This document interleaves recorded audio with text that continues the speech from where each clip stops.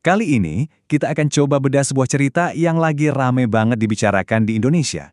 Sebuah kisah kompleks di balik satu berita utama. Oke, kita mulai dari satu angka. Angka yang jujur aja bikin geger. 105.000. Yap, 115.000 itu adalah jumlah kendaraan yang diimpor dari India untuk sebuah program baru, yaitu Koperasi Desa atau Kopdes Nasional. Dan ini bukan sekedar beli mobil biasa loh. Ini kita ngomongin armada pickup dan truk dalam jumlah masif dari pabrikan sekelas Mahindra dan Tata. Nah, ini dia pertanyaan besarnya. Industri otomotif dalam negeri kita kan kuat ya. Kenapa nggak beli produk lokal aja? Pertanyaan ini yang ada di benak banyak orang. Dan sekarang, kita bakal coba selami penjelasan resmi di balik keputusan yang kontroversial ini. Oke, kita masuk ke inti permasalahannya. Kenapa sih nggak beli produk lokal? Jadi gini, menurut BUMN yang ditugaskan untuk program ini, Agrinas, keputusan buat impor itu bukan pilihan pertama. Katanya semua produsen lokal besar itu udah dihubungi duluan. Jadi ini semacam pilihan terakhir. Nah, coba deh kita lihat data ini. Ini yang menarik banget.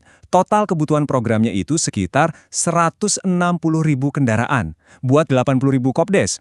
Tapi lihat deh apa yang disanggupi produsen lokal. Mitsubishi cuma sanggup 20.600, Foton 13.500, Hino 10.000, dan Isuzu cuma 900 unit. Kalau di total itu cuma 46.000 unit. Jauh banget kan? Kesenjangannya ini wow, bener-bener gede. Dan ini dia kutipan langsung dari CEO Agrinasnya. Dia bilang alasannya ada dua. Pertama, produsen lokal dianggap nggak mampu memproduksi sebanyak yang dibutuhkan. Kedua, harga yang ditawarkan katanya mahal banget. Jadi, simpelnya karena volume dan harga. Oke, pertanyaan berikutnya, duitnya dari mana? Proyek segede ini pasti butuh dana yang nggak sedikit kan? Yuk kita coba telusuri alur dananya yang ternyata cukup kompleks untuk melihat siapa sih yang bayarin semua ini. Jadi begini alurnya. Pertama, dananya itu dari APBN, lebih tepatnya dari dana desa. Terus disalurin lewat Kementerian Koperasi. Nah, dari situ, bank-bank BUMN atau Himbara yang ditugaskan buat mencairkan dana ke perusahaan pelaksananya, yaitu Agrinas. Nanti Kementerian Keuangan yang akan bayar cicilan ke bank-bank BUMN itu. Jadi ya, ini prosesnya melibatkan banyak lembaga pemerintah dan sumber utamanya dari anggaran negara kita. Nah, supaya kita ngerti kenapa butuh kendaraan sebanyak itu, kita harus lihat gambaran besarnya. Karena ini bukan cuma soal beli mobil loh. Tujuannya, ini dia. Membangun 80.000 koperasi desa baru, namanya Kopdes Merah Putih. Dan ini mau disebar di seluruh Indonesia, 80.000. Dan dampaknya, diperkirakan program ini bisa menciptakan lebih dari 1,5 juta lapangan kerja baru. Bayangin, setiap koperasi itu bisa merekrut sekitar 18 orang staf lokal. Angka yang luar biasa kan? Terus, satu unit Kopdes itu isinya apa aja sih? Ini bukan sekedar warung biasa. Kita ngomongin bangunan baru seluas 600 meter persegi, lengkap dengan satu truk pick-up, satu truk yang lebih besar, sama 2 motor roda 3. Belum lagi infrastruktur retailnya, dari rak, sistem kasir, AC, semua lengkap.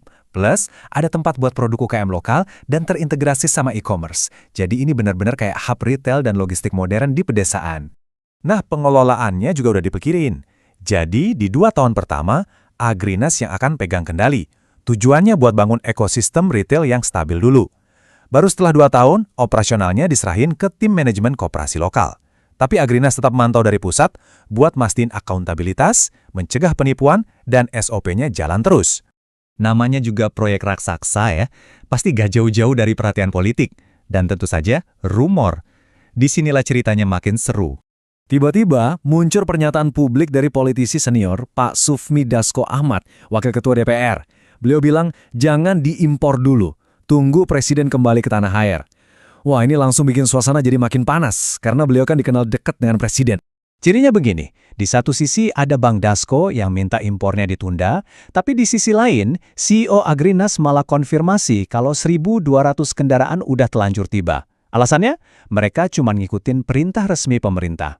Nah, inilah yang bikin publik mikir, wah ini ada apa nih? Kayak ada bentrokan antara 2 kubu kuak di lingkaran istana. Langsung deh muncul spekulasi, apakah ini tanda persaingan internal? Bahkan ada yang mengira-ngira kalau CEO Agrinas ini didukung sama Menteri Pertahanan. Rumor soal perang bintang politik di balik layar pun menyebar dengan cepat. Tapi, tunggu dulu. CEO Agrina sendiri udah ngebantah rumor ini. Dia jelasin kenapa koneksi itu nggak nyambung. Katanya, rumor itu kan nyambungin impor ini sama donasi kendaraan ke Kemenhan dulu. Nah, donasi itu dari importir namanya RMA. Dan RMA ini ternyata sama sekali nggak dapat kontrak buat proyek 105.000 kendaraan ini. Jadi menurut CEO-nya, ini cuma kebetulan yang dipaksakan. Intinya, dia bilang ini cuma cocok logi. Tahu kan istilah itu? Nyambung-nyambungin fakta yang sebenarnya nggak ada hubungannya, biar kelihatan kayak konspirasi. Nah, itu kata dia. Oke, setelah semua drama dan data tadi, apa sih yang bisa kita simpulkan? Apa intinya? Kalau kita lihat dari sisi resminya, ini semua soal kebutuhan. Ada sebuah program pembangunan desa yang skalanya raksasa dan sifatnya mendesak. Saking gedenya, kebutuhan logistiknya itu, ya, katanya, melampaui kapasitas produksi industri otomotif kita saat ini.